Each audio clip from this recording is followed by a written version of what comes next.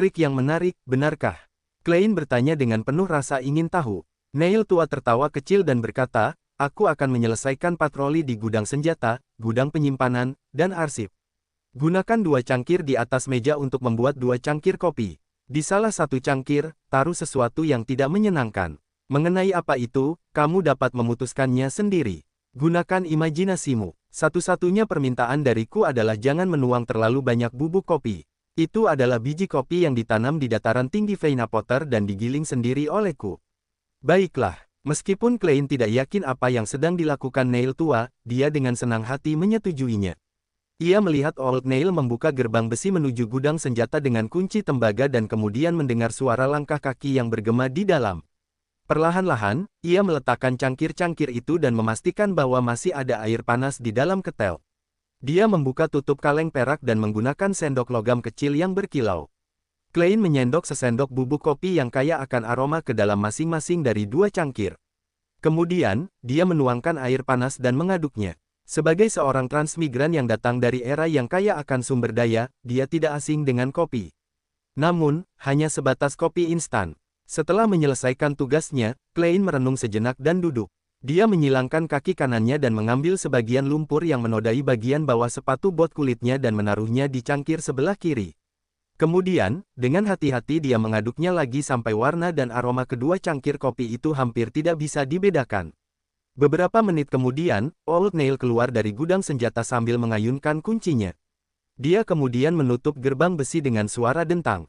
Apa sudah selesai? Dia mengalihkan pandangan matanya yang berwarna merah tua yang agak keruh dan menatap Klein di seberang meja.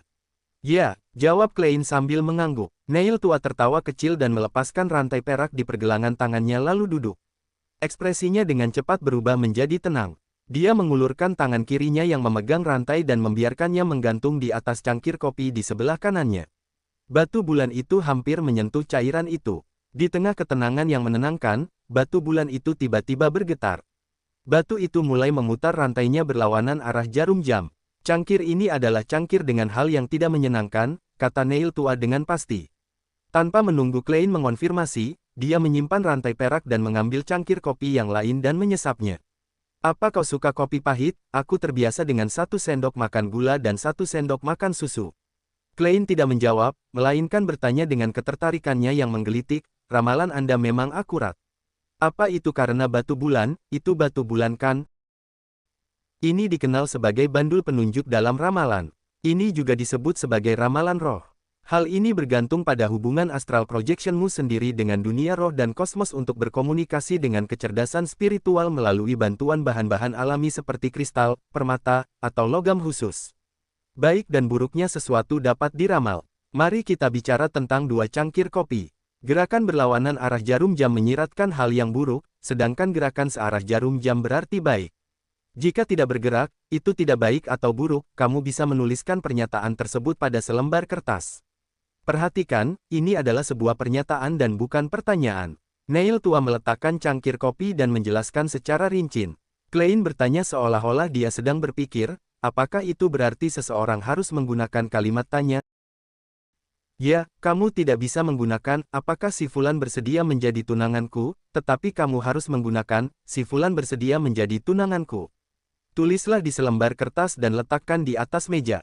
Kemudian gunakan tanganmu yang dominan untuk memegang rantai pendulum, ingat, gunakan tangan yang dominan, kata Old Neil sambil tertawa kecil. Saat melakukannya, jaga agar lenganmu tetap lurus. Sesuaikan panjang rantai dan buatlah batu bulan menggantung tepat di atas selembar kertas hingga hampir menyentuh apa yang kita tulis. Kemudian, tutup matamu dan ulangi kalimat tersebut sebanyak 7 kali dalam pikiranmu. Buka matamu setelah selesai dan lihat apakah bandul roh berputar atau tidak. Jika tidak, tutup matamu lagi dan ulangi prosesnya hingga bandul itu bergerak. Klein mengangguk sedikit dan bertanya, berlawanan arah jarum jam berarti, tidak, dan searah jarum jam berarti, ya. Itu juga bisa diartikan sebagai keberhasilan atau kegagalan, koreksi Neil tua. Dia mengajari Klein penggunaan dan detail lain dari ramalan bandul roh. Klein merenungkan masalah ini dan menemukan bahwa itu adalah trik ramalan yang sangat berguna.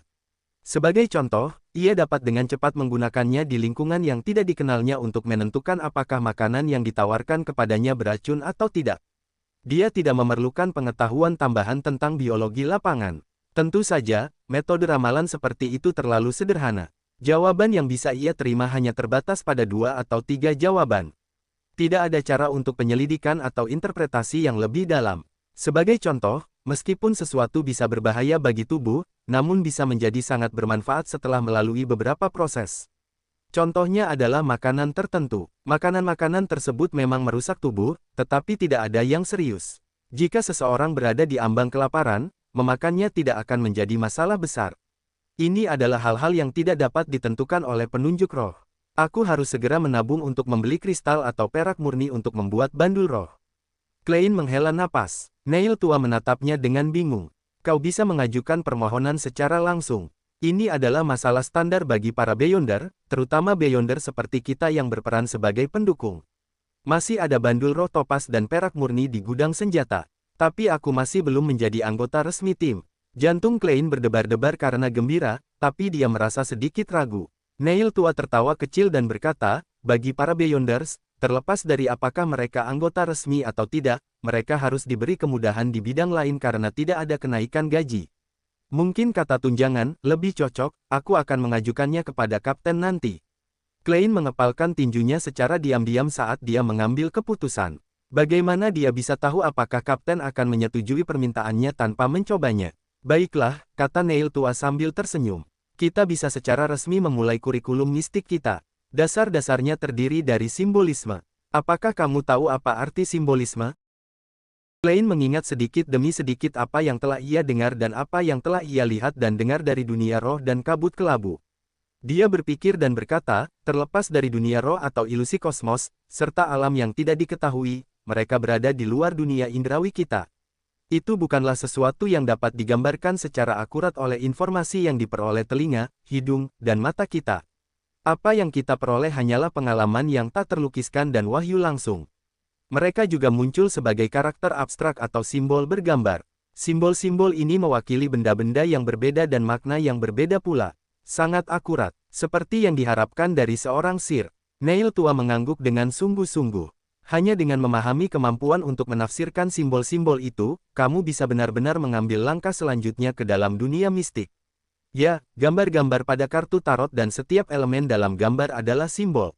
Itu adalah simbol-simbol buatan manusia yang membantu kita memahami dan menafsirkan wahyu-wahyu primordial. Dia mengeluarkan selembar kertas dan mengambil pulpen di sampingnya. Dia menggambar sebuah kurva pendek. Setelah itu, ia menambahkan beberapa garis vertikal di bawah kurva tersebut. Dia menatap Klein dan bertanya, apakah kamu tahu apa yang dilambangkan oleh simbol ini?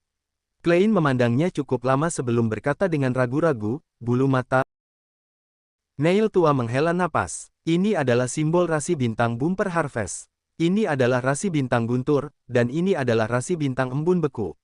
Dengan santai dia menggambar beberapa simbol lagi. Saat Klein menghafalkannya, dia tidak bisa tidak berkomentar, nama-nama rasi bintang ini benar-benar sangat tidak canggih. Ya, tidak canggih. Betapa norak dan primordialnya. Neil tua mengungkapkan sebuah senyuman. Kaisar Rosel juga berpikiran sama saat itu. Dia selalu berniat mengganti nama-nama rasi bintang dengan nama-nama seperti Virgo, Cancer, dan Scorpio. Sayangnya, dia tidak memiliki kekuatan untuk melawan tradisi. Paling tidak, nama-nama lama rasi bintang ini dan tanggal-tanggal yang mereka wakili dapat memandu pertanian dan waktu panen. Aku harus mengatakan bahwa Kaisar Rosel memang orang yang penuh ide. Klein kehabisan kata-kata. Ya, Kaisar Rosel mungkin adalah orang yang baik ketika dia masih hidup. Neil tua tidak dapat memahami humor Klein saat dia terus menjelaskan berbagai simbol dasar, seperti berbagai rasi bintang, matahari, bulan merah, bintang coklat, bintang merah, dan bintang biru. Sambil membicarakan hal ini, ia akan mengajari Klein cara menggambar astrolab ramalan bintang dan menunjukkan hal-hal yang harus diperhatikan. Dia juga mengajarkan bahan dan pembuatan bola kristal, serta pilihan mantra. Ajaran-ajaran tersebut membuat Klein kewalahan. Jika bukan karena penemuannya bahwa ramuan sir telah sedikit meningkatkan ingatannya, dia pasti sudah lama meminta Neil tua untuk berhenti membantunya mencerna informasi. Sekian untuk kelas mistik hari ini. Pikirkan sendiri dan tanyakan kepadaku jika ada pertanyaan. Neil tua mengeluarkan sebuah arloji saku emas dan membukanya dengan sekejap untuk memeriksa waktu. Jangan lupa untuk membaca dokumen sejarah yang kusiapkan untukmu. Sejujurnya, aku merasa takut untuk melihatnya. Baiklah. Klein mengambil potongan-potongan kertas yang diberi sketsa dengan simbol-simbol oleh Neil tua. Dia segera mempelajari ilmu mistik yang dia pelajari hari ini untuk mencegah dirinya melupakannya. Neil tua menyesap secangkir kopi yang baru diseduh dan berkata, ingatan itu sendiri tidak akan cukup, kamu harus sering menggunakannya. Dengan begitu, kamu bisa membuat pengetahuan itu menjadi naluriah. Selain itu, kogitasi harus dilakukan setiap hari. Hanya dengan lebih banyak latihan dan penggunaan yang akan memungkinkanmu untuk memahami kekuatan ramuan itu, menggali misteri yang disembunyikannya dan menghilangkan efek yang tidak menyenangkan. Dengan hal ini, Klein teringat akan akting dan klub ramalan. Dia penasaran, kemampuan ramuanku terkait dengan ramalan. Berlatih sendiri tidak akan berhasil, aku harus melakukan kontak dengan banyak orang dan meramal agar mereka dapat dengan cepat memahaminya. Aku berencana untuk bergabung dengan klub ramalan setelah memiliki uang saku, yang ada di Howe Street di Northborough, untuk menjadi seorang peramal sejati. Ini bukanlah sesuatu yang dapat ia sembunyikan dari para Nighthawk di masa depan. Lebih baik mempersiapkannya. Idemu sangat mirip dengan Dali. Dia selalu berteriak-teriak untuk menjadi seorang cenayang roh yang sesungguhnya. Neil tua menggelengkan kepalanya dan tertawa. Tapi kenapa kau harus menunggu sampai kau memiliki uang cadangan? Kau bisa mengajukan permohonan pada Dun dan membuatnya menyetujui biaya tersebut. Organisasi seperti klub ramalan mungkin juga memiliki pemuja atau anggota organisasi jahat di dalamnya. Sebagai anggota staf sipil Nighthawk dan Beyonder Standar, keanggotaanmu memudahkan kami untuk memonitor mereka. Itu adalah bagian dari pekerjaan. Kami akan secara teratur memantau tempat-tempat ini, tetapi karena kami kekurangan tenaga kerja, kami tidak bisa mengawasi mereka dalam waktu lama. Sekarang, hal itu bisa diserahkan kepadamu. Aku bisa melakukan itu. Saat dia melihat ekspresi serius Old Neil, Klein tercengang. Ini membuat klaim biaya untuk masalah pribadi. Aku tidak tahu apa-apa tentang masalah seperti itu. Memang, aku hanya seorang pejuang di depan keyboard. Kamu ingin menggunakan uangmu sendiri untuk melakukan ini? Neil tua tersenyum saat dia menambahkan ketika dia melihat wajah Klein. Klein segera menggelengkan kepalanya sambil menjawab dengan tegas, aku berencana untuk melaporkannya kepada Kapten. Neil tua mengangguk puas dan melihat secangkir kopi dengan sesuatu yang tidak menyenangkan di dalamnya. Kopi itu belum sempat dituang. Apa yang kamu masukkan ke dalamnya? Klein tersenyum malu. Itu hanya kotoran di bawah sepatu botku. Warnanya dan bubuk kopimu hampir sama.